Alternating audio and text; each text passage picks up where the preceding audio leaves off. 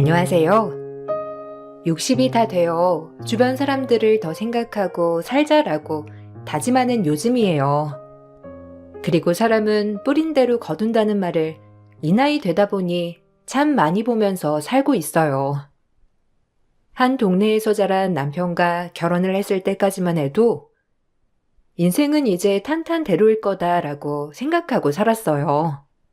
젊은 사람 둘이 만났으니 무서울 것도 없었고 그저 용기와 패기로 가득한 나날이었죠.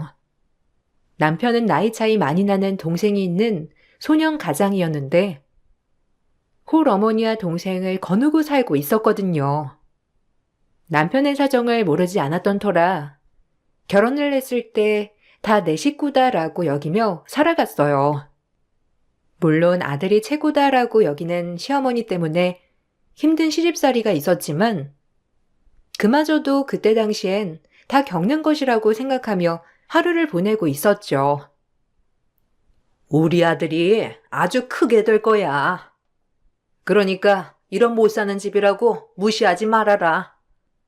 우리 아들이 너도 알다시피 전교에서도 맨날 1등만 하고 돈이 있어서 뒷바라지만 잘해줬어도 아주 크게 될 인물이었어. 너 그거 알고 결혼한 거지? 모르면 안 된다. 지금 우리가 이렇게 산다고 해도 너 무시하면 안 된다는 이 말이야. 우리 아들이 얼마나 잘났는데 너 아니어도 줄 섰어. 그럼요. 이 크게 될 인물이라는 거 잘 알고 있죠. 그러니까 어머님 저한테 그렇게 얘기 안 해주셔도 돼요. 네가 우리 집을 하찮게 여길까봐 그러지. 막말로 고등학교밖에 안 나온 네가 탐내기엔 아주 큰 인물이잖니. 우리 집이 이렇게 못 살지만 않았어도 너 같은 애랑 결혼시키는 거 아니었는데 부잣집 처자들 다 마다하고 너 선택한 거잖아. 그래도 너무하세요. 전 이 애랑 결혼할 때 한 번도 재거나 따진 적 없는데 어머님은 어쩜 그렇게 비교만 하세요? 비교가 되니까 그렇지. 우리가 예전에 얼마나 잘 살았는데 그때 너라면 가당치도 않아. 당연히 결혼 안 시켰다. 남편은 동네에서도 공부를 잘하기로 유명했었고 원래는 부잣집 도련님이었습니다. 하지만 돌아가신 아버님의 사업 실패로 집이 가난해졌었고 시어머니는 그때 이야기를 하며 저를 구박하였어요. 그럼에도 참았던 건 남편의 성품과 정말 똑똑한 사람이란 걸 알았기 때문에 어머니의 말을 수긍하는 날들이었는데 저 역시 정말 존경하는 남편이라고 생각했거든요. 하지만 현실의 벽에 부딪히게 되어 일찍이 취직을 하여 자리를 잡았던 터였고 전 결혼을 하고 남편과 함께 열심히 일을 했습니다. 새벽엔 동대문과 남대문 시장에 가서 옷을 떼어 밤엔 옷을 팔고 낮엔 시청에서 계약직으로 일을 했어요. 그렇게 번 돈으로 가족들을 먹여 살렸고 그러다 문득 이런 생각이 들었습니다. 평생 이렇게 살다간 변하지 않겠다고 말이에요. 당장 먹고 살기에 급급해서 이렇게 돈만 벌다가는 이렇게 살다 죽겠다는 생각과 함께 삶을 대하는 태도가 변해야 한다고 생각이 들었어요. 그래서 공부에 미련이 있는 남편에게 앞으로의 앞날에 대한 이야기를 하며 일을 그만두길 권유하였어요. 이렇게 살다간 그냥 이대로 인생 종칠 것 같아. 뭐라도 해야지. 당신 내가 뒷바라지 해줄 테니까 공부 좀 해봐요.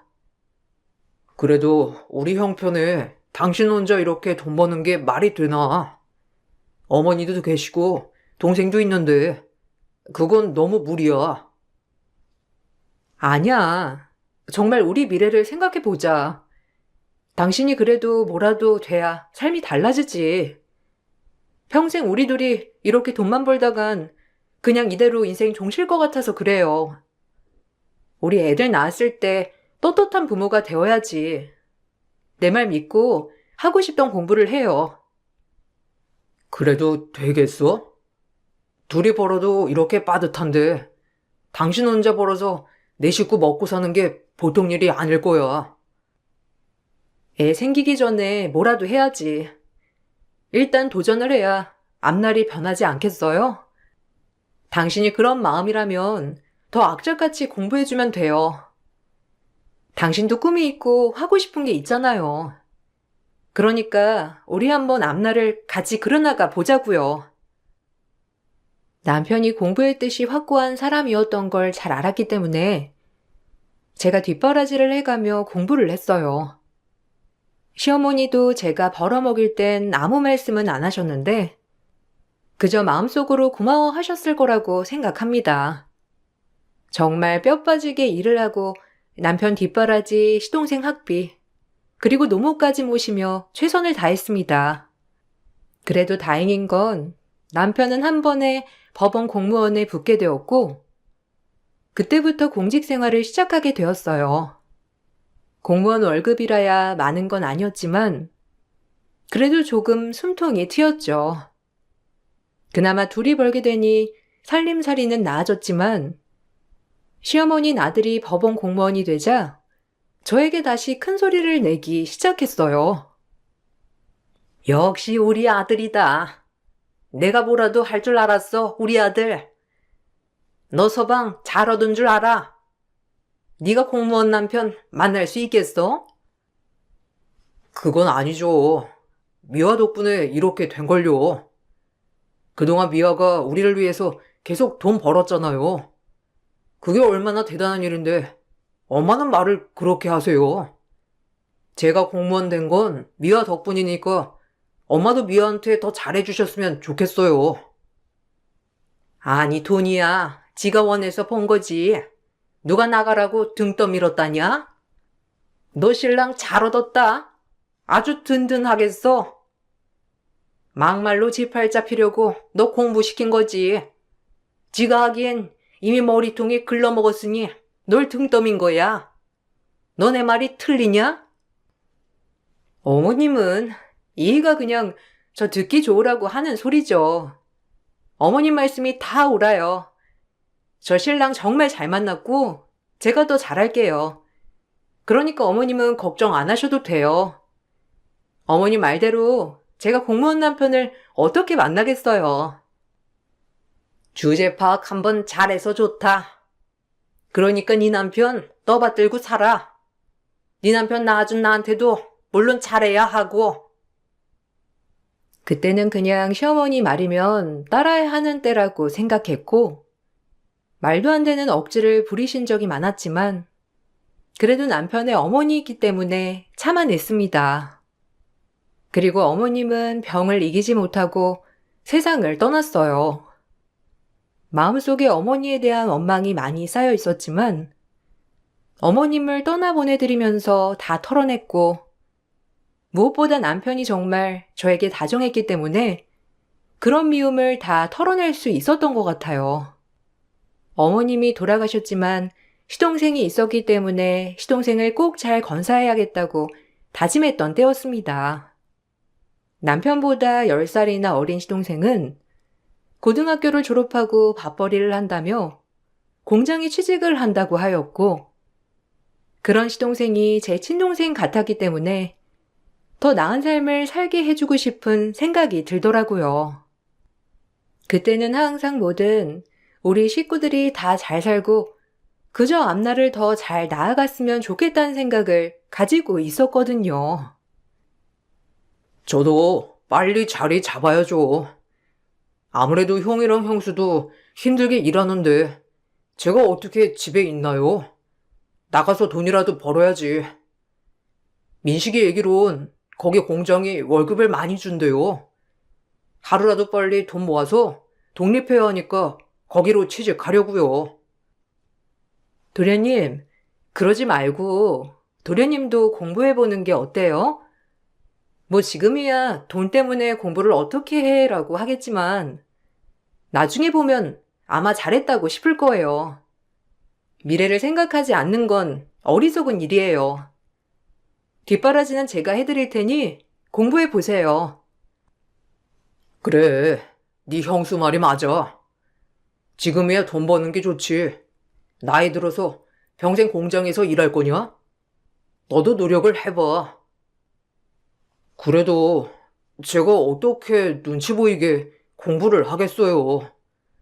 형수님이랑 형님이 힘들게 일하는 거 다 아는데 저라도 보태야죠. 아니에요. 다 제 동생 같으니까 그런 거예요. 후회하지 말고 제가 밀어드릴 때 공부하는 게 좋을 것 같아요. 그렇게 시동생도 저의 권유로 공무원 준비를 하게 되었고, 시동생은 4번 만에 공무원에 합격을 하였답니다. 그러면서 결혼을 하겠다고 동서를 데리고 왔고, 동서는 처음 봤지만 굉장히 깍쟁이 스타일이었어요. 그래도 시동생이 어리숙하니 애초에 딱 부러진 여자면 더 괜찮겠다 싶었고, 그때 당시 제가 뒷바라지한 아들 같은 시동생이 결혼을 한다고 하니 참 좋더라고요. 그리고 그즈음 남편이 공무원을 그만두고 법무사 시험에 합격을 하여 법무사가 되어 벌이 또한 넉넉한 삶이었어요. 딱 시동생 장가 보내고 털어내면 되겠다고 생각이 들었지만 뻔히 공무원 초봉이 얼마 안 되는 걸 알았기 때문에 조금 더 도와주고 싶은 마음이 들더라고요. 그래서 주택인 저희 집 아랫집을 내어주며 동서와 서방님의 신접살림을 차려주었습니다. 그 집도 악착같이 남편이 벌어다 주는 돈과 제가 한 푼 두 푼 안 쓰고 안 먹고 악착같이 마련한 저희의 최초의 집이었어요. 서방님 장가가면 우리 아랫집에 살게 하면 어때요? 아무래도 현관도 다르고 아랫집도 평수가 꽤 크니까 둘이 살기 딱 좋을 것 같은데 사이 초년생이 무슨 돈이 있겠어요. 이렇게 아랫집에 살다가 돈 좀 모아서 새로운 집 해서 나가면 되지. 그래도 되나? 원래 아랫집 전세 놓으려고 했잖아.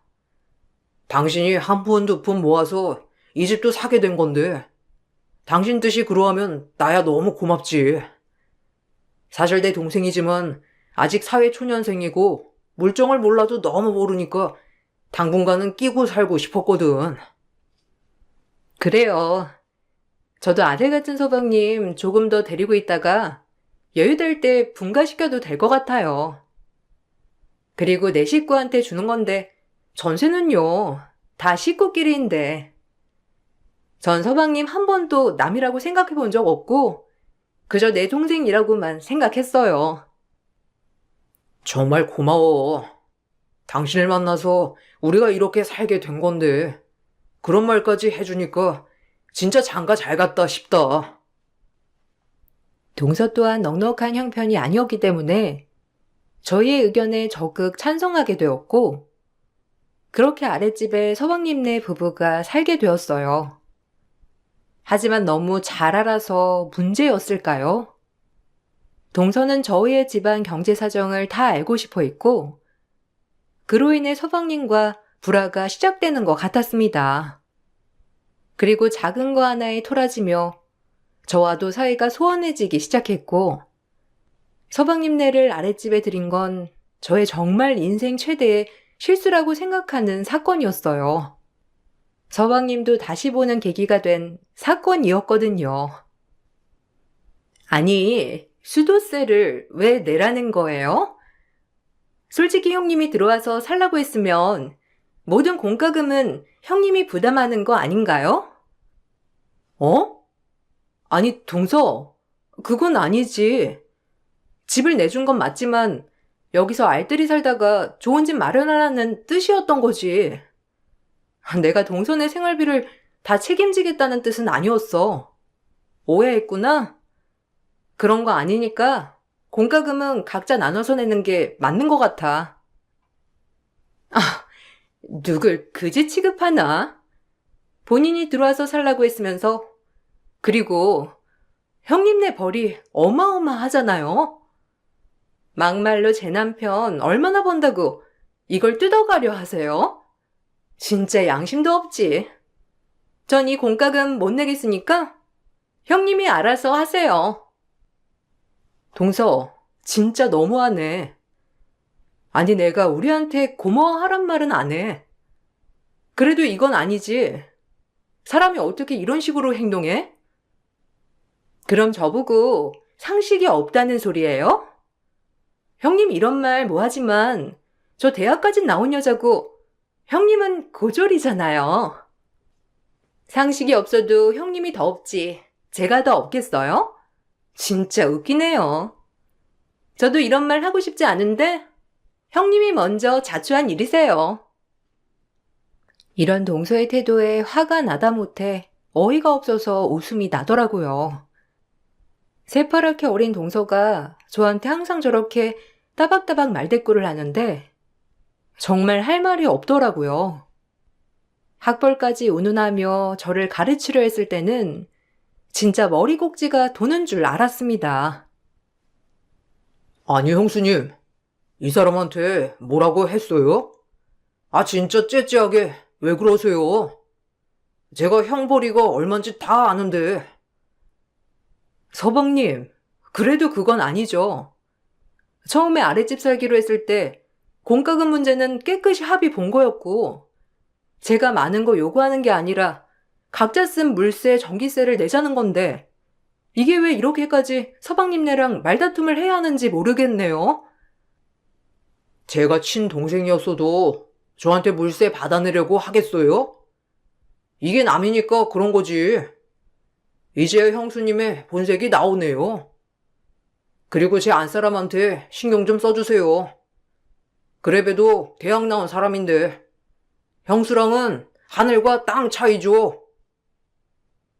친동생이라고 생각했던 시동생이 저렇게 저런 식으로 나오게 되니 감정이 상하는 일이 자주 발생을 하였고 감정을 넘어 마음까지 다치게 되었습니다.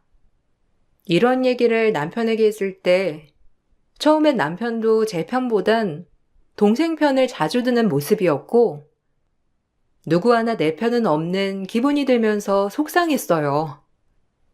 그리고 정말 작은 것 하나 때문에 척을 지는 사건까지 발생하게 되었죠. 아니 꽃게를 시켰는데 분명히 집 앞에 두고 간다고 가게 사장님이랑 통화했거든요. 이거 당신네 사무실 사람들 오면 꽃게탕 끓이려고 한 건데 꽃게에 발이 달렸나? 참 어이가 없어서. 그 사람들이 안 두고 간 거 아닐까요? 누가 가져갈 리도 없고. 어머, 그거 저희가 가져가서 끓여 먹었는데요? 형님네는 또 사서 드세요. 고기가 아주 실하고 맛있던데요? 뭐? 동서, 그럼 얘기를 하고 가져가야지.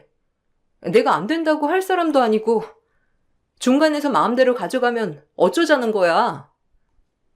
저희가 먹는 게 그리 아까우세요? 그동안 저희한테 먹을 거 주실 때 그런 마음이셨겠네요? 전 항상 형님이 음식들을 다 나눠주시니까 당연히 가져가서 먹은 거죠. 본색 드러내니 진짜 가관이네요. 그깟 꽃게 얼마나 한다고. 그깟 꽃게? 지금 장난해? 아니 어디서 배워먹은 싸가지야? 말 진짜 그따위로 할래? 뭐 진짜 이런 게 다 있지? 아, 지금 제 와이프한테 뭐라고 하시는 거예요? 형수, 지금까지 잠깐 들어보니까 먹을 걸로 치사하게 이러시는 거예요? 서방님, 지금 저한테 언성을 높이신 거예요? 아니 진짜 어이가 없어서야 원. 동서가 말도 없이 꽃게를 먹은 게 잘한 거예요? 아니, 그깟 꽃게 얼마나 한다고 유세 떠는 거예요? 이 사람 대학 나온 여자인데 형수가 함부로 무시해도 되냐고요? 저의 언성이 높아지자 밖에 있던 시동생이 얘기를 듣고 눈을 부라리며 저에게 따지기 시작했어요. 그리고 이 모습을 남편이 처음으로 보게 되었고 남편은 배은망덕한 놈이라고 시동생에게 욕을 퍼부으며 이 집에서 당장 나가라고 했어요. 아마 남편도 지금 이 모습을 처음 보자 충격을 받은 것 같았고 저 역시 시동생이 저렇게 눈을 부라리며 나오자 어이가 없었어요. 이 시건방진 놈, 네가 어떻게 이렇게 사는데 고마워하지 못할 망정 당장 내 집에서 나가. 넌 인간도 아니야. 아니 형, 형수가 지금 우리 와이프한테 먹는 걸로 치사하게 구니까 그렇죠. 형은 보지도 못했으면서 그래요. 서방님도 진짜 너무하네요. 어떻게 내가 서방님을 뻔히 동생처럼 여긴 걸 알면서 지금 저한테 그러시는 거예요? 곱게 그거 얼마나 합니까? 솔직히 먹을 걸로 그러는 게 제일 치사한데 형수님이 먼저 시작한 거잖아요. 제가 지금 꽃게 아까워서 그래요? 서방님한테 전 그저 그런 인간일 뿐이군요. 본질을 흐리지 마세요. 남편은 더 들을 말도 없다며 시동생네를 쫓아냈고 그들은 동서가 원래 혼자 살고 있던 단칸방으로 쫓겨나게 되었습니다. 그제야 본인들이 잘못한 걸 알았는지 저 말고 남편에게 죄송하다고 하였지만 본인들이 자초한 일이었고 남편은 꿈쩍하지 않았어요. 형수, 죄송해요. 제가 천지분간 못하고 그냥 순간 화에 못 이겨서 그랬던 것 같아요. 제가 형수한테 그러면 안 되는 건데 참 몸둘 바를 모르겠네요. 그때 했던 행동들이 죄송스럽기도 하고 형수 얼굴을 어떻게 봐야 하나 그 생각뿐이에요. 됐어. 돌아가라. 이제 어차피 네 앞가림은 네가 알아서 할 거고 더 이상 보지 말고 영 끊고 살아. 난 그런 동생 둔 적 없어. 아휴, 여보, 그만. 서방님, 됐어요. 일단 돌아가고 나중에 얘기해요. 얘도 저도 지금은 얘기하고 싶지 않으니까. 제 마음 알아주세요. 제가 그래도 형수님을 친엄마처럼 생각해 왔다는 건 아시잖아요. 투정이라고 생각해 주세요. 그렇게 시동생은 사죄했지만 남편은 꿈쩍하지 않았고 오히려 가면 갈수록 화가 더 나는 것 같았어요. 그로부터 한 2달이 흘렀나? 형제 사이를 뭔가 절연시킨 것 같은 마음이 들어 하루하루 참 찝찝하고 죄스러웠어요. 절대 내 잘못이 아니지만 그래도 내가 나이를 훨씬 많이 먹고 꼭 저렇게 어린 사람들과 싸워야 하나 싶은 마음이 들어 남편을 설득하기로 하였죠. 그래도 단칸방에서 살라고 하는 건 좀 그래요. 우리가 못 사는 것도 아니고 그냥 어린 사람들이 치기라고 생각해요. 버르장머리 없는 것. 지가 누구 덕에 공무원 되고 누구 덕에 지금 밥 벌어먹고 사는데 지 형수한테 고마워하지 못할 망정 지 마누라 편에 홀랑 서가지고 대들어? 그동안 당신 얼마나 마음고생 심했어. 됐어. 그것들 안 보면 그만이야. 에이, 그래도 하나밖에 없는 형제인데 그러면 되나요? 그냥 앞으로 다신 그러지 말라고 하고 기회를 줘요. 그럼 우리 아랫집에 사는 건 자꾸 트러블 나니까 좀 그렇고 동네에 작은 아파트 하나 해줄까봐. 뭐 자기도 이제 떳떳하게 집도 가지고 자식도 낳고 하고 싶겠지. 근데 아무리 가족이라도 붙어 사는 건 좀 아닌 것 같아서. 당신 생각은 어때? 저야 괜찮아요. 솔직히 서방님이 거의 우리 아들뻘이나 마찬가지인데 여유가 있으면 집 정도 해주는 건 또 괜찮죠. 저한테 그런 행동한 건 괘씸하지만 그래도 많이 반성하고 있고 저 역시 같이 가족처럼 살아온 세월이 있는데 아까울 건 없죠. 남편은 제가 이렇게 말을 하자 그래도 본인 동생이니 한 번쯤 봐준다고 하였어요. 시동생은 저에게 진짜 죄송한 건지 모르겠지만 그래도 사과를 하였고 저 역시 이번 한 번은 참고 넘어가기로 했습니다. 그리고 남편은 동생에게 24평짜리 아파트를 해주었어요. 저희에게도 큰 돈이었지만 자식 같은 존재이기도 했고, 그래야 제 마음이 편할 것 같아서 남편과 함께 마련해준 아파트였어요. 아유, 아주버님이 이 아버지나 마찬가지니 진작에 집은 하나 장만해 주셨어야 했다고 생각은 했는데 역시나 센스가 보통 아니네요.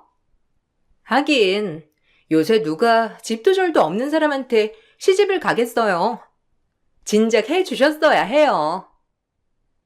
그건 아니죠, 재수 씨. 요즘 세상에 얼마나 자기 힘으로 열심히 벌어먹고 사는 사람이 많은데, 전 이 녀석한테 이제 할 만큼 다 해줬다고 생각합니다. 어려서 어머니 잃고 안쓰러운 내 동생, 형으로서 최대한의 것들을 해줬다고 생각해요. 뭐 아버지 역할이시니 그럴 수 있죠. 그리고 저같이 대학 나온 여자랑 사는 남자가 집도 없다는 게 말이 되나요? 그럼 당연하지. 형, 아마 돌아가신 엄마가 계셨더라도 진작 해줬을 겁니다. 그러니까 아까워하지 마세요. 저에게도 24평 아파트를 해주는 게 부담이긴 했지만, 그래도 불구하고 정말 시동생이 잘 살길 바라는 마음에 해준 거였어요. 그런데 저렇게 당연하게 아파트를 받아들이니 조금 어처구니가 없었습니다. 그래도 이왕 해주기로 한 거 기분 좋게 해주었고, 동서의 말에 남편은 기분이 나쁜 듯 보였지만 원래도 저런 사람이니 그냥 신경 쓰지 않는 것 같았어요. 그리고 집들이를 한다고 며칠 뒤 저희를 초대하였고, 남편과 전 초대를 받아 집에 들어가게 되었어요.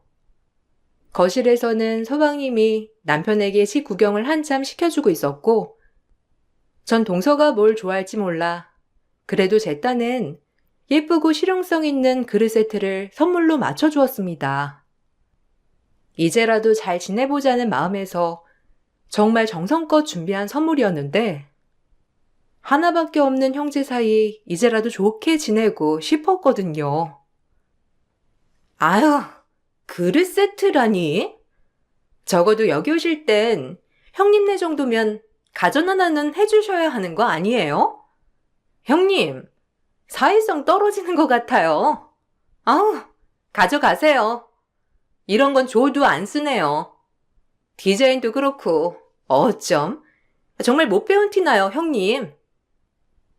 뭐라고? 너 말 다 했니? 그래, 못 배워먹은 내가 하는 행동들 하나하나가 다 가짠겠네. 그래, 알겠다, 이거사. 니 똥 굵어. 아니, 왜 또 제 마누라한테 그러시는 거예요? 제 집사람한테 무슨 콤플렉스 있으세요? 진짜 어이가 없네. 뭐라고요? 서방님, 지금 동서가 저한테 하는 말 듣고도 그 말씀이 나와요? 지난번에 저한테 미안하다고 했잖아요. 그건 그냥 형이 하도 뭐라고 하니까 대충 사과한 거죠. 제 집사람 좀 그만 잡으세요. 진짜 못 배운 티 나네요. 어머머머, 말하는 뽐새 봐. 이래서 우리가 레벨이 다르다는 거예요, 형님. 아우, 무식이 철철 흐르다 못해 넘치네. 생애 처음 24평 자가 살게 된 동선에 그릇 세트 맞춰주니 절 조롱하는 동서였어요. 하지만 거실에 있다가 이 얘기를 듣고 충격 광경에 남편은 즉시 동서네를 원래 단칸방에 재이사시켰습니다. 더 이상 선처 없는 통쾌한 한방이었어요. 재수 씨 말하는 게 진짜 싹바가지가 없네요. 뭐가 어쩌고 저쩌요? 내가 미쳤지. 너희는 이 집에 살 가치도 없어. 그깟 대학 나오면 뭐가 달라지나요? 그래봤자 삼류대 나와가지고 뭐가 그리 잘났다고. 감히 내 와이프를 무시해? 우리가 이 사람 아니었으면 이렇게 누리고 살 수 있었을 것 같아? 당신보다 훨씬 대단한 여자야, 알아? 이 집안을 일으킨 장본인이라고. 형, 갑자기 그러는 게 어딨어. 아니다. 어차피 이제 내 건데 형 마음대로 해요. 나도 이제 형 비위 맞추는 거 힘들어. 그리고 내 와이프가 원래 직설적이어서 그렇지. 얼마나 따뜻한 사람인데. 형이랑 형수가 아주 괜한 사람 잡는 거지. 네 명의? 내가 미쳤다고 네 명의로 해주냐? 그래, 네 명의로 곧 하려고 했지. 근데 절대 안 되겠다. 끼리끼리겠지. 내 동생이지만 넌 재수 씨랑 똑같은 족속이야. 지 공장에서 일한다는 거 기꺼이 말려서 공부까지 시켜놨더니 지 마누라랑 붙어서 형수를 무시해? 제정신인 사람이라면 네 마누라를 단속하고 가르쳐야지. 못돼 처먹은 것들. 여보, 가자고. 나도 한마디 할게요. 동서야, 원래 성격이 그지 발사계라고 치지만, 서방님 정말, 아니, 나이도 한참 어리니까 반말할게. 내 동생이라고 생각해서 어떻게든 잘 되길 바랬는데, 넌 날 개만도 못하게 취급했지? 이제 내가 너 손절이야. 남편이 널 받아준다고 해도 내가 안 돼. 천성이 똑같은 너희 부부, 단칸방에서 어디 한번 잘 헤쳐나가봐. 여보, 가요. 나쁜 것들. 그리고 저와 남편은 집을 나섰고, 그 다음에 시동생네에게 집을 비워줄 것을 당부했습니다. 다시 단칸방 생활로 돌아가야 한다고 생각하자 동서는 이제야 아차 싶었나 보더라고요. 제가 이렇게까지 화를 낸 적이 없어서 그렇게 기어오른 건진 몰라도 이번엔 저에게 사죄를 하였어요. 하지만 너무 가증스러워서 절대 용서할 수 없다고 했죠. 남편 또한 저를 무시한 시동생네 부부에게 이젠 기회조차 주지 않을 거라며 엄포를 놓았고 그들은 결국 단칸방에서 새로 시작을 해야 했습니다. 당신만 믿으라며. 이게 뭐야? 아니, 공무원인데 이런 것도 없고 그동안 형한테 기생하고 살았던 거야? 아, 정말 속았네. 뭐가 어쩌고 저째? 완전 속물인 건 알았지만 이렇게 속물근성일 수가. 따지고 보면 당신 때문에 이렇게 된 거잖아. 뭐야? 왜 나 때문이야? 내가 틀린 말 했어? 배운 거 없어서 없다고 한 건데 이게 뭐가 잘못이야? 아우, 구질구질해. 그러나 사치스러운 동서는 그걸 못 견뎌 했고 결국 서방님에게 이혼을 하자고 했으며 서방님은 그렇게 죽고 못 살게 아끼던 동서에게 이혼을 당했어요. 둘 다 무일푼이어서 그런지 위자료고 뭐고 그냥 깨끗이 갈라섰습니다. 그리고 이제야 서방님은 저희에게 사죄를 슬며시 했지만 대쪽 같은 저희는 서방님을 받아주지 않았습니다. 여자에 빠져서 가족도 못 알아보는 서방님의 최후였고 그때 당시만 해도 굉장히 보수적인 사이였기 때문에 이혼한 공무원은 거의 쉬쉬하는 분위기였어요. 서방님도 마찬가지로 이혼을 했기 때문에 직장에서 쉬쉬하며 사람들에게 손가락질을 받았답니다. 아마 그때 당시 진급에도 많은 영향을 끼쳤던 걸로 알아요. 요즘이야 이혼이 흠이 아니지만 그때만 해도 그랬거든요. 제가 정말 잘못했습니다. 여자의 눈이 돌아가지고 가족도 못 알아보고 그리고 형수님 같은 분한테 감히 죄송해요. 언젠가 마음이 풀어지면 꼭 연락 주세요. 형이랑 형수님 마음 풀어지기만을 바라고 있을게요. 아니요, 됐어요. 내가 괜히 오지랖을 부린 잘못이죠. 내 동생이라고 그렇게 아꼈는데 서방님한테 제가 남이듯이 저 역시 이제 서방님이 남이네요. 그러니까 그냥 죄송해 하지도 말고 알아서 사세요. 어차피 인생 혼자 아니겠어요? 형수님, 왜 이렇게 모질게 말씀하세요? 죄송해요. 제가 사람을 잘못 보고 그런 여자랑 결혼을 해가지고 잘못했습니다. 아니요. 똑같은 사람들끼리 만난 거죠. 원래 끼리끼리란 말이 왜 있는데요? 그러니까 그 여자 탓하지 말고 본인을 돌아보세요. 그리고 동서는 소문에는 웬 있어 보이는 남자한테 시집을 갔다고 하는데 그 남자의 폭군적인 성질을 못 이겨 맞고 산다고 하더라고요. 그래도 웃긴 건 허례허식을 굉장히 좋아하는 동서였기 때문에 맞으면서도 이혼하지 않고 그 남자가 벌어오는 돈으로 살고 있다고 동네에서 소문이 쫙 났답니다. 굉장히 작은 동네였기도 했고 저 역시 몇 년 후에 눈팅이 밤탱이인 채로 장을 보는 동서를 마주쳤었거든요. 동서는 저를 보고 창피한지 서둘러 자리를 뜨는 게 보였고 그 모습을 한참이나 쳐다보았는데 정말 한심하더라고요. 참 보이는 게 뭐길래 저렇게 살고 있는지. 하지만 동서와 아주 잘 어울리는 것 같아요. 그리고 저희는 시간이 꽤 지나 아들을 장가 보냈는데 저희가 결혼식에 초대하지도 않았는데 서방님이 왔더라고요. 뭐 지난 날을 반성한다나 뭐라나 축의금을 내고 갔습니다. 하지만 대쪽 같은 저희 남편은 그것마저도 받지 않았어요. 이거 가져가세요. 축의금 필요 없습니다. 그리고 오늘같이 좋은 날 얼굴 붉히고 싶지 않네요. 돌아가 주세요. 좋은 날 나쁜 말 하고 싶지 않으니 조용히 돌아가. 그리고는 다신 나타나지 마라. 우리는 너 잊고 살고 싶으니까. 그래도 하나밖에 없는 조카 결혼하는데 작은 아빠가 이 정도는 해야죠. 그냥 제 성의 표시입니다. 받아주세요. 아니요, 부담스럽네요. 우리 아무 사이도 아닌데 이런 거 주고받는 건 예의가 아니죠. 됐으니까 가져가시고 다신 오지 마세요. 형수님, 아직도 마음이 안 풀어지셨나 봐요. 세월이 얼마인데 정말 죄송해요.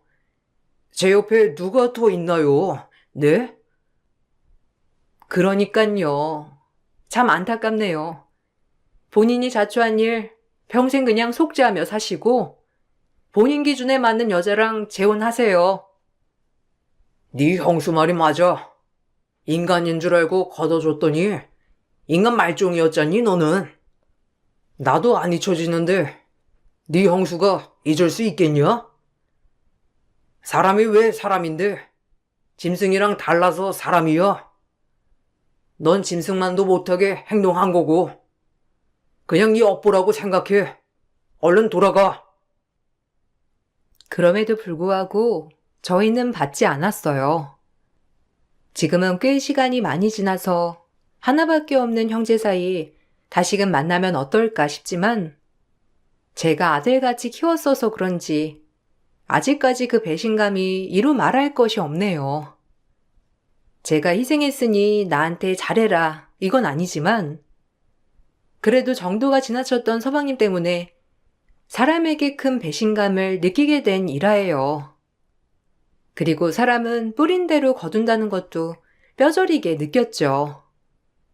동서와 서방님은 본인들이 뿌린 대로 지금 다 거둬들이고 있거든요. 다른 동료들보다도 진급이 안 되는 서방님의 지금의 남편에게 맞고 사는 동서.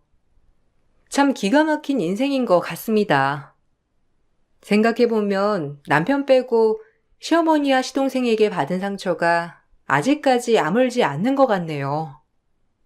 그 세월 또 어떻게 살았나 싶기도 하지만 지금 절 이렇게 아껴주는 남편과 자식이 있으니 그냥 현재에 만족하며 지내렵니다. 인생 뭐 있나요? 현재를 즐기고 나중에 후회하지 않게 사는 것이 가장 바람직한 일이겠죠. 지금은 제 남편, 그리고 제 아들과 며느리 이렇게 딱 단출하게 살아가고 있어요. 누가 뭐래도 지금이 제일 행복한 것 같고, 우리 가족 그저 건강했으면 하는 소망입니다. 새해에도 모든 분들의 소망이 이루어지길 바라면서 오늘 저의 이야기는 여기서 마쳐볼게요. 그럼 감사합니다. 안녕하세요. 결혼은 곧 행복이라고 생각했던 저에게 이런 일이 일어날 거라고 상상하지도 못했는데 일어나더라고요. 그래서 지금부터 제 이야기를 들려드릴까 합니다. 지금의 남편과 불같은 연애를 하고 결혼을 준비했어요. 독자 집안이라 어머님이 유난스러울 때도 있었지만 연애 때부터 간간히 들려던 터라 딱히 문제되지는 않는다고 생각했죠. 남편은 딸만 둘의 막내 아들이었어요. 누나들 밑에 커서 그런지 자상하고 다정다감했지만 한편으론 누나들 말에 많이 휘둘리는 우유부단한 남성이었죠. 그래도 단점보다는 장점이 많은 사람이고 단점 없는 사람이 어디 있으랴 생각하여 결혼을 결정하는 데 있어 크게 의미가 있진 않았어요. 성격적으로도 잘 맞는 남편이었기에 결혼을 결정했으며 그렇게 행복만이 가득할 거라고 생각했어요. 누나가 너 혼수 준비할 때 말하라는데 누나가 본인 거는 사지 말고 본인이 정해준 대로 샀으면 한대. 그게 더 효율적이지 않냐고. 나한테 전해달라고 했어. 어떻게 생각해? 나도 근데 누나 말 들어보니까 맞는 말 같기도 한데 어때? 뭐 효율적이긴 하지. 괜히 형님 마음에 안 드는 거 사는 것보단 형님이 정해주시는 게 나을 수도 있을 것 같아. 그치? 역시 누나 말을 들으면 손해볼 게 없다니까. 우리 누나들이라서가 아니라 진짜 현명하긴 한 것 같아. 얼씨구? 누나들 생각하는 것만큼 나 생각해줘야 하는 거 알지? 이제 우리 결혼하면 온전히 내 편은 자기잖아. 잊지 마. 당연하지. 그래도 우리 누나들 덕분에 내가 이렇게 잘할 수 있었던 거야. 그러니까 너도 우리 누나들한테 꼭 친동생처럼 살갑게 대해주길 바래. 난 그거 말고는 너한테 바라는 거 없으니까. 나도 장인 장모님한테 정말 잘할게. 남편은 역시 본인 누나들이라며 치켜 세웠고 그때까진 그럴 수 있겠다 생각했어요. 아무래도 마음에 안 드는 거에 돈을 쓰는 것보다 본인들이 원하는 걸 사주는 게 더 낫다 싶었거든요. 그렇게 형님들에게 원하는 목록을 받아 남편과 시누이들 선물도 사고 본격적인 결혼 준비가 시작되었어요. 이때까지 아무런 문제가 없었지만 큰 시누이가 점점 변덕을 부리면서 일이 커지기 시작했는데 큰 시누이는 직접 겪어보니 매우 까다롭고 예민한 사람이었죠. 그리고 손바닥 뒤집듯 말도 많이 바꾸는 사람이기도 했고요. 아니 혜미야, 네가 나 사주기로 했던 가방 있잖아. 그거 말고 나 구두 사줄래? 아무래도 친구들이 구두가 낫다고 하네. 구두로요?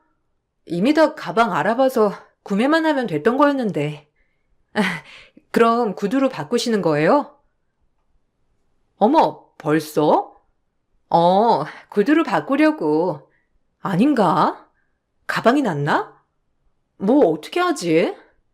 아무래도 오래 들고 다니려면 가방이 낫겠지? 구두는 닳긴 다르니까. 아니다. 구두로 해줘, 다시. 내가 링크 보낼 테니까 이거 한국에 많이 없는 거라니까 찾아서 구매해주면 될 것 같아. 이 정도는 해줄 수 있지? 우리가 남도 아니고 이제 가족이 될 사이인데 남들은 더 해준대. 내 친구들한테 들어보니까 본인들 올케는 진짜 엄청 해왔다고 하더라고. 꼭 너한테 해오라는 건 아니고 그냥 내가 원하는 거 한두 가지 정도는 해주는 건 어려운 거 아니잖아. 너 벌이도 내가 꽤 되는 걸로 알고 있어. 어쨌든 부탁할게. 그래, 이왕 해주는 거 누나가 원하는 거 해주면 좋지. 그럼 선물해주는 사람도 아마 좋을 거야. 그치, 혜미야? 남편의 주둥이를 확 때리고 싶더라고요. 제 벌이까지 운운하며 선물을 사달라고 하는 시누이가 달갑진 않았어요.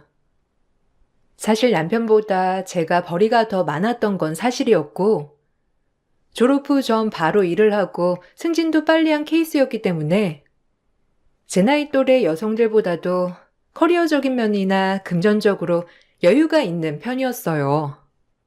그런 걸 시댁도 알고 있었지만 벌이를 얘기하며 선물을 고른다는 게 참 탐탁지 않았어요. 아무리 내가 벌이가 많아도 그렇게 무리하게 요구할 수 있나 싶었죠. 그렇게 따지면 본인들은 우리 결혼하는데 결혼 선물은 뭘 해주시려고 저러나 하는 생각도 들면서 조금 불쾌했어요. 그리고 거의 신우가 원하는 가방도 알아보느라 시간이 걸렸던 터라 일도 하는데 이 구두까지 알아보면 시간이 더 걸리겠다라는 마음이 먼저 든 건 사실이었어요. 그래도 이왕 식구가 되는데 얼굴 붉히지 말자고 생각하며 애써 좋게 생각하였죠. 그나마 둘째 신우는 까탈스러운 성격이긴 했지만 저를 힘들게 하거나 화나게 하진 않았는데 그나마 다행이라고 할까요? 애써 좋게만 생각했습니다. 그러던 중 제 생일날 시댁 식구들은 생일 축하를 해준다며 밥을 먹으러 오라고 하더군요. 그래도 예비 며느리라고 생일상을 챙겨주는 그 모습에 너무 감동이었어요. 시댁에 들려 밥을 먹으려 하는데 정말이지 제 눈에 본 광경이 이게 뭔지 싶더라고요. 밥상엔 아무것도 없었고 그 은한 케이크조차 없어서 표정이 일그러지고 말았어요. 혜미야. 너 와서 먹고 싶은 거 시켜라. 그래서 주문 안 했어. 네 입맛에 맞는 거 시켜야지. 안 그러니? 그러니까 우리 요리도 못하고 그래도 생일은 챙겨줘야겠다 싶어서. 좋지? 이런 시댁이 어딨어. 일단 주소랑 여기 있으니까 네가 먹고 싶은 거 골라서 여러 개 시켜. 그래야 골고루 먹지. 아, 다시 한번 생일 축하해. 아, 네. 배달 음식을 시키라고요? 지금 그래서 저 부르신 거죠? 전 어머님이 직접 생일상 해주신다길래 기대했는데. 어머, 우리 엄마 음식 못해. 알잖아. 그리고 요샌 가성비 있게 배달이 낫다니까. 암만 고생해봤자 돈만 들고 맛도 없고. 그러니까 그래도 우리가 네 생일 기억하고 챙기자니. 이런 시대가 없다. 요샌 다 며느리 부려먹을 생각만 하지. 이렇게 챙겨주고 하는 데는 없더라고. 내가 네 시어머니 될 사람이라서가 아니라 혜미 너 땡 잡은 거야. 알겠니? 제가 무슨 소리를 들었는지 의아하더라고요. 이놈의 집구석, 원래 이런 집구석이었나 싶기도 하고, 응당 생일을 축하해준다고 초대를 했다면, 하다못해 미역국이라도 해줬을 텐데, 미역국에 케이크조차 없는 이런 생일상은 난생 처음 받아보니, 솔직히 기분이 너무 나빴어요. 결국 그날 배달 음식을 시켜 먹었고, 말로써 축하한다는 소리를 들었어요. 그리고 집에 가는 길 너무 화가 나 남편에게 따져 물었습니다. 남편은 제가 더 이해 안 간다고 했지만 제가 득달같이 따져대자 결국은 미안하다고 했어요. 아니, 당신 생일에도 배달 음식 먹어? 아니잖아. 어머님이 미역국은 해주시는 거 아니야? 내가 무슨 생일 챙겨달라고 한 것도 아니고 와서 배달시키라고 부르신 거잖아. 아니야? 당신 누나도 그래. 어떻게 선물 하나 준비를 안 해? 그거 성의 아니야? 아니, 요즘 이런 시댁이 어딨어. 너 생일 축하해준다고 그래도 엄마랑 누나가 며칠 전부터 얘기한 건데 그걸 그렇게 받아들여? 우리 엄마 음식 못하잖아. 뭐 우리 생일 때 미역국 끓여주셔도 우리는 자식이니 맛없어도 그러려니 하지만 그래도 넌 며느리라고 아예 음식 솜씨 들키기 싫다고 하지 않으셨던 건데 그걸 그렇게 받아들이냐? 섭섭하다 진짜. 내 말이 틀려? 뭐? 진짜 웃긴다. 자기도 그 집 식구라고 지금 나한테 이해하라고 하네? 결혼하면 안 봐도 화나다. 이런 일이 반복될 거야. 대놓고 시집살이 시키는 것보다 이렇게 교모하게 나만 이상한 사람으로 몰고 가는 게 더 나빠. 알아? 우리 결혼 다시 생각해. 뭐? 결혼을 다시 생각해? 아니 꼭 이래야겠어? 미안해. 네가 화난 부분 이해해. 그러니까 화 풀어. 내가 다신 이런 일 없도록 할게. 그래, 네 입장 충분히 이해가. 뭐 기분 나쁠 수 있지. 그러니까 화 풀어. 내가 실수했어. 어? 실수? 앞으로 말 조심해. 진짜 기분 나쁘니까. 그리고 상대방을 초대할 땐 예의를 갖추는 거야. 알겠어? 이번 일 솔직히 이해는 안 되지만 뭐 어쩌겠어. 그냥 진짜 좋게 생각해야지 내 마음도 편하겠지. 당신도 좀 조심해줘. 이건 진짜 아니니까. 남편이 잘못했다는 말을 해서야 겨우 진정이 됐어요. 내가 정말 고깝게 받아들였을 수도 있겠다고 애써 합리화하며 이번 일은 없던 거로 생각했죠. 그러던 중 어머님과 남편에게 첨첩장 나온 것을 드려야 해서 일 끝나고 시댁으로 가 있던 날이 있었어요. 작은 시누이와 시어머니 그리고 남편은 아직 귀가하지 않았고 저랑 큰 시누이만 있었죠. 아무렇지 않게 큰 시누와 TV를 보며 어머님과 남편을 기다리는데 갑작스럽게 모르는 사람들이 들이닥치더라고요. 그리고 다짜고짜 신우를 찾았어요. 이민주가 누구야?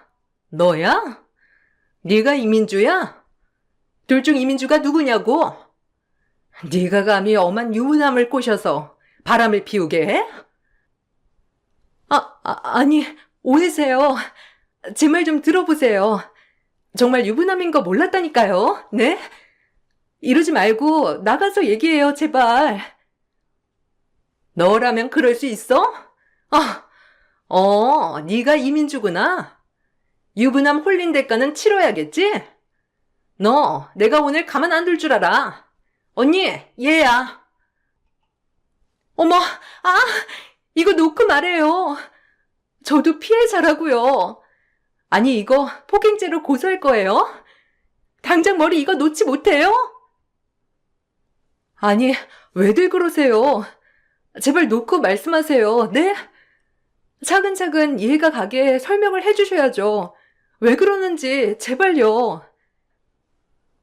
그 사람들은 너나 할 것 없이 신우이를 향해 득달같이 달려들었고 제가 아무리 말려봤지만 속수무책이었어요.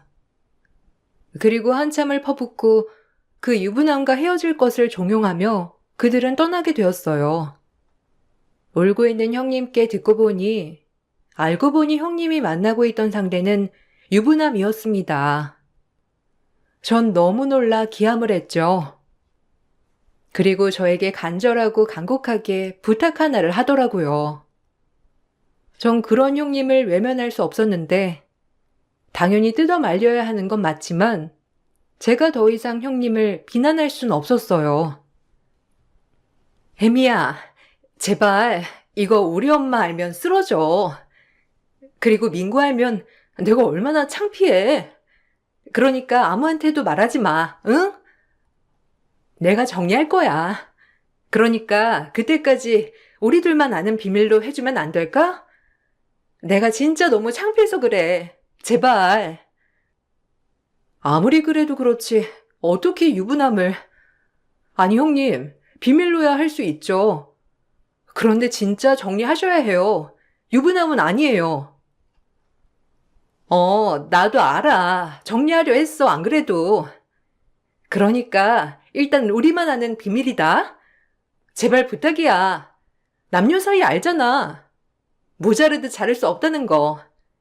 그러니까 내 부탁 지켜줘.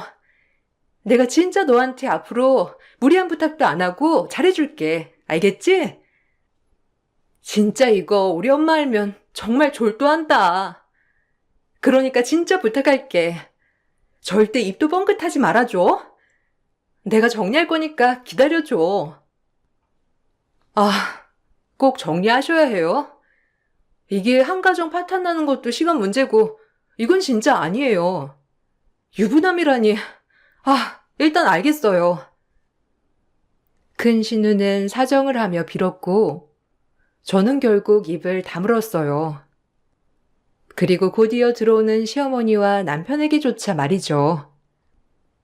아무것도 모르는 시어머니와 남편에게 청첩장 샘플을 보여주고 있는데 아까 그들 중 한 명이 신우의 머리채를 잡고 흔들다가 이 집의 본인의 명함을 떨어뜨리고 갔더라고요. 전 혹시나 시어머니가 이게 뭐냐고 할까봐 얼른 가방 속에 명함을 숨겼습니다. 아무래도 유부남 와이프의 명함 같았어요. 그리고 집으로 돌아가는 길 심란하더라고요. 저렇게 잘난 척하는 시누이 하는 짓이 너무 어이가 없고 어쩌려고 그러나 하는 생각이 들었어요. 그리고 저에게 책 잡혔다고 생각했는지 그날부터 시누이는 눈에 거슬리게 행동하지 않더군요. 오히려 제가 비밀을 알고 있으니 좀 더 몸을 사리는 것 같았어요. 중간에 유부남은 정리했냐고 물어보고 싶었지만 양심껏 알아서 했겠지라는 마음으로 정말 신경을 쓰지 않았어요. 하지만 영원한 비밀은 없다고 결국 제가 말하지 않았음에도 작은 시누이가 알게 되었고 일은 시어머니 그리고 남편의 귀에까지 흘러 들어가게 되었죠. 시댁은 노발대발 난리가 났고 그렇지만 이 모든 일은 저에게 화살이 되어 돌아왔습니다. 너도 알고 있었다면서? 어쩜 그렇게 입을 싹 씻니? 네 친언니였어도 이럴 거야? 너 다시 봤다 아주. 네? 아니, 전 형님이 정리하신다고 했고 제발 비밀 지켜달라고 하셔서 말 안 한 것 뿐이에요. 그리고 정리한다고 하는데 제가 굳이 나서서 일 크게 만들 필요도 없다고 생각했고요. 어머님, 속상하신 건 아는데 왜 화풀이를 저한테 하세요? 뭐야? 너 지금 말 다 했어? 화풀이? 나 진짜 너 다시 봤다. 인간이 어떻게 이렇게 비인간적이야? 지 언니였어도 이럴 거냐고. 그래, 너 좀 심했어. 나한테는 말했어야지, 안 그래? 아무리 너네 친언니가 아니더라도 아닌 건 따끔히 지적해줘야지. 어떻게 방관을 해? 진짜 실망이야, 혜미야. 이번 건 네가 심했어. 그러니까 너 잘못도 있는 거야. 누나를 그냥 방치했잖아. 왜 혜미한테 그래? 언니가 말하지 말라고 했다잖아. 혜미 입장도 얼마나 난처 있겠어? 지금은 언니가 문제야. 엄한 사람 잡지 마. 형님이 유부남 만난다는 걸 방조했다고 모두 저에게 뭐라고 하니 너무 기가 막히고 서운했어요. 그나마 작은 시누이는 저의 편을 애써 들어주며 저를 두둔해줬지만 그래도 풀리지 않는 마음이었어요. 제가 이렇게 시어머니에게 혼나고 있는데도 큰 시누는 제 잘못은 없다며 입도 뻥끗하지 않았어요. 그 모습을 보며 정말 실망스럽기 짝이 없었는데 큰 시누는 이런 사람이었어요. 그리고 어이없게도 모든 게 발각이 되고 나서부터 시누이는 더 당당히 그 남자를 만나고 다니는 것 같았죠. 그래, 지팔자 지가 꼰다는데 누가 말리나 싶었고 아예 상관도 하지 않았어요. 그로부터 결혼식이 시작되었는데 중간에 엎을까 말까 하는 마음도 있었지만 사랑의 눈먼자 어쩔 수 없다고 했나요? 참 남편을 모자르듯 그렇게 자를 순 없겠더군요. 아직까지 제가 아니라고 생각했던 마음보다 남편을 사랑하는 마음이 더 크니 남편을 쉽게 포기할 수 없었고 그렇게 결혼식을 진행하였어요. 그동안 많이 서운했지? 미안해. 내가 너 입장에서 한두 번 더 생각했어야 했는데 그러지 못했던 것 같아. 미안하다. 누나 유부남 만나는 것도 어떻게 보면 네 잘못 아니었는데 엄마가 너무 화가 나니까 그랬던 거지 뭐. 내가 대신 사과할게. 아니야. 그래도 이렇게나마 사과해주니까 내 마음이 좀 풀리는데? 우리 결혼하면 어차피 분가는 거고 형님이랑 어머님도 아예 가족이 되면 더 달라질 수도 있지 뭐. 큰형님 때문에 나한테 실망하셨다고 했지만 그래도 또 그 뒤로 별말 없으신 거 보면 그냥 어머님도 나한테 너무했다고 생각하시나 봐. 우리 오늘 지나면 진짜 부부인데 누구보다 서로 상처 주지 말고 잘 살아보자. 자기만 믿을게.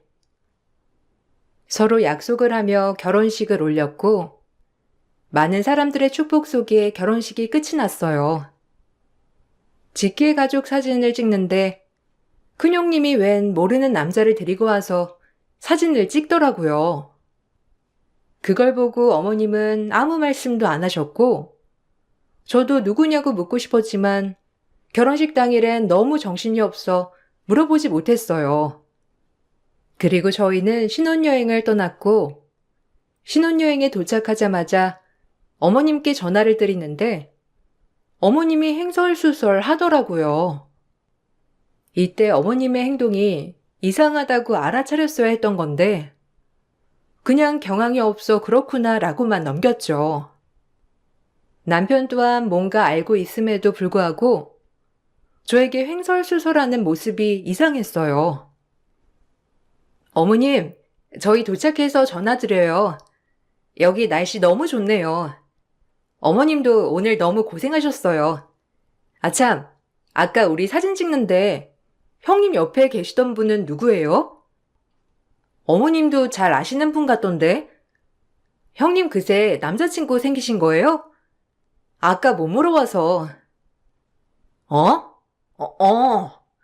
그게 못 됐다. 갔다 와서 천천히 얘기해도 되지 뭐. 재밌게 놀러 갔으니 좋은 거 많이 먹고 많이 보고 와라. 아, 네. 어머님도 저희 갈 때까지 몸 좀 풀고 계세요. 오늘 너무 고생하셨을 텐데. 또 전화 드릴게요, 어머니. 푹 쉬세요. 끝까지 그 남자에 대한 것은 제 머릿속에 물음표로 남았고, 원래가 남한테 별로 관심이 없는 성격이라 알 때 되면 알겠지라고 그냥 안일하게 넘어갔어요. 그렇게 5박 6일이란 짧은 시간 속에 남편과 같이 행복한 신혼여행을 즐기게 되었는데 너무 좋더라고요. 아니 근데 형님이 그때 데리고 온 남자는 누구지?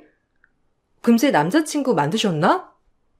직계가족에 사진까지 찍으실 분이면 꽤 진지한 사이 아니야? 그래도 형님 남자친구 잘 만나나 보네. 그렇게 잘 만나실 수 있으면서 왜 유부남을 만났대? 그러게. 그냥 신경 쓰지 마. 나중에 차차 알게 될 거야.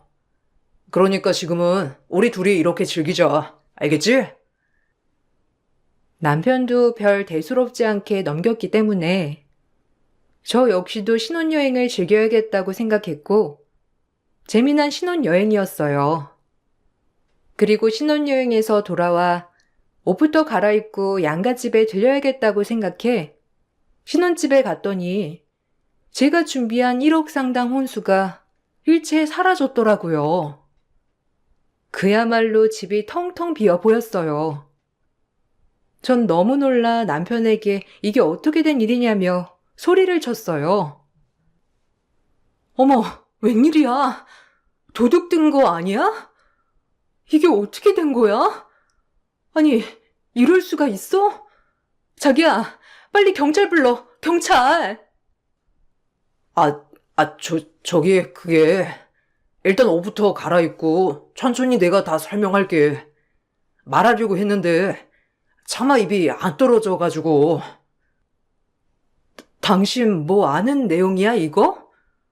아니, 당신은 이 물건들이 없어진 걸 알고 있다고? 그게 말이 되는 거야? 아, 세상에. 남편과 제가 이렇게 실랑이를 하고 있을 무렵 시어머니가 집으로 오셨고 시어머니는 아무렇지 않게 아니 뻔뻔하게 저를 보며 입을 열었는데 전 그 말을 듣고 진짜 어이가 없어 화도 안 났어요. 그냥 웃음만 나면서 이것들을 어떻게 해야 되지라는 생각만이 들었어요. 그리고 남편에 대한 모든 콩깍지가 완전 와장창 깨져버리게 되었어요. 이제 정말 끝이구나 라는 생각과 함께 이 집안을 어떻게 작살내지 생각뿐이었어요. 감히 날 농락해 라는 생각과 함께 말이죠. 아, 너네 신접살림 그 네가 해온 혼수? 네 큰 신우 좋다. 뭐 살림 차린다는데 뭐가 있어야지. 너 벌이도 괜찮고 모아놓은 돈도 많을 거 아니야. 그러니까 그냥 형님 선물해줬다 생각하고 빨리 다시 채워. 그래야 너희 집도 다시 좋아지지. 누나가 나이만 먹었지. 아무래도 능력이 없긴 하잖아. 우리야 이거 살면서 다시 채우면 되는 거고.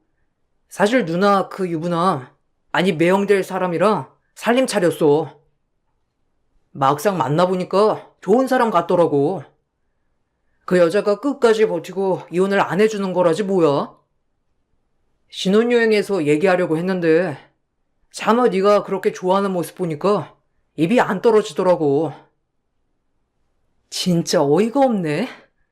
유부남인 거 알면서 살림 차리게 놔두는 집구석이나 내가 1억 들여 준비한 혼수 일찍 훔쳐간 년이나. 야, 넌 이제 나랑 남남이야. 어차피 혼인신고도 안 했겠다. 이렇게 비정상적인 인간들이랑은 못 살겠다 진짜. 끝이야. 뭐? 너 이혼이라고 했니? 이게 보자 하니까 아주 뒤에 이 시애미도 안 보이지? 집안 말아먹을 년 같으니라고 이게? 어디 그런 말 나오나 보자고 지금부터. 내가 그 집구석에 들락날락할 때 좀 이상한 게 한두 번이 아니었는데 역시는 역시다. 인간들은 고쳐 쓰는 거 아니라고 했지? 너희들은 갱생 불가야. 어떻게 비상식적으로 살 수가 있어? 진짜 너무한다 인간들아. 전 이 말을 끝으로 남편의 뺨을 날렸고 제가 남편의 뺨을 날리자 시어머니는 노발대발 귀한 아들 뺨을 날렸다며 난리가 났어요. 그리고 전 바로 즉시 절도 전문 변호사를 불렀어요. 다행히 제 친구 언니가 절도 전문 변호사였거든요. 오히려 잘 됐다 싶어 친구에게 연락해 후다닥 변호사를 불렀고 시댁은 제 반응에 아주 이런 어이없는 반응뿐이었어요. 너 지금 꼴랑 그 혼수해왔다고 유세 떠는 거냐? 아주 웃기는 애야 이거. 그거 좀 형님한테 양보했기로써니 이래야겠어? 그 짓에요? 어디다 대고 유세래? 진작부터 알아봤어야 했는데 유부남인 거 알면서도 살림 차리는 년이나 내 혼수 빼돌려 그 유부남이랑 살림 차려주는 엄마나 다 알면서도 방관하는 남동생이나 집안 꼴 잘 돌아간다 아주. 난 이대로 못 살아. 자기 말 너무 심한 거 아니야? 그래도 어른인데 어떻게 그렇게 말을 할 수가 있어? 자기 원래 이런 사람이었어? 야, 네가 제일 나빠. 너네 누나도 내가 가만 안 내버려도. 너네 누나 상간녀인 건 알고 있니? 그것도 내가 가만 안 둘 줄 알아. 너네 집안은 범죄자 집안이야. 절도에 상간녀에. 그걸 보고도 눈 감고 모른 척하는 방관자들. 진짜 알만하다. 여기에 내가 한동숙 될 줄 알았어? 착각 마. 아주 끝까지 물고 늘어질 줄 알아. 지겨운 것들아. 가만 안 둘 거니 한번 피눈물 흘리고 철저히 후회해봐. 어디 한번. 이렇게 실랑이를 벌이고 있을 때 변호사가 들이닥쳤고 제 이야기를 듣더니 진짜 기가 막혀 하더라고요. 혼수를 훔쳐갔으니 말이죠. 아니 참, 어떻게 별의별 일이 많다지만 이런 일도 있네요. 일단 내 동생한테 대충 들었어요. 걱정 마요. 너무 증거가 명확해서. 아, 네. 언니 부탁드려요. 지금 제가 제정신이 아니라서 진짜 뭐라고 어디부터 얘기해야 될지 모르겠네요. 아. 전 절도죄로 형님을 고소하였고 사실상 그 집과 호족상 남남이었기 때문에 고소하는 건 쉬웠고요. 그리고 전 그때 형님 머리채를 잡고 돌렸던 사람의 명함을 기억하고 이 사람한테도 즉시 전화를 하여 상간녀가 당신 남편이랑 살림을 차렸다고 얘기해 주었어요. 전화로 노발대발하는 꼴을 보니 그 여자는 자기 남편과 형님이 헤어진 줄 알고 있는 것 같았죠. 이제 그 여자는 법과 함께 손맛으로 응징해 줄 때가 된 것 같았어요. 진짜 신혼여행에서 돌아온 날 이런 일이 벌어질 줄은 정말 몰랐고 진짜 기가 막혔어요. 안녕하세요. 그때 기억나시죠? 당신 남편 상간녀 옆에 있던 여자인데요. 이 상간녀 정신 못 차리고 당신 남편이랑 살림 차렸거든요. 당장 여기로 와주실래요? 상간녀 가족 쌍으로 미쳤으니까 와서 조리돌림 좀 해주세요. 아주 매운맛을 보여주자고요. 뭐야? 아, 진짜? 가만 안 둬. 거기 주소 당장 찍어줘요.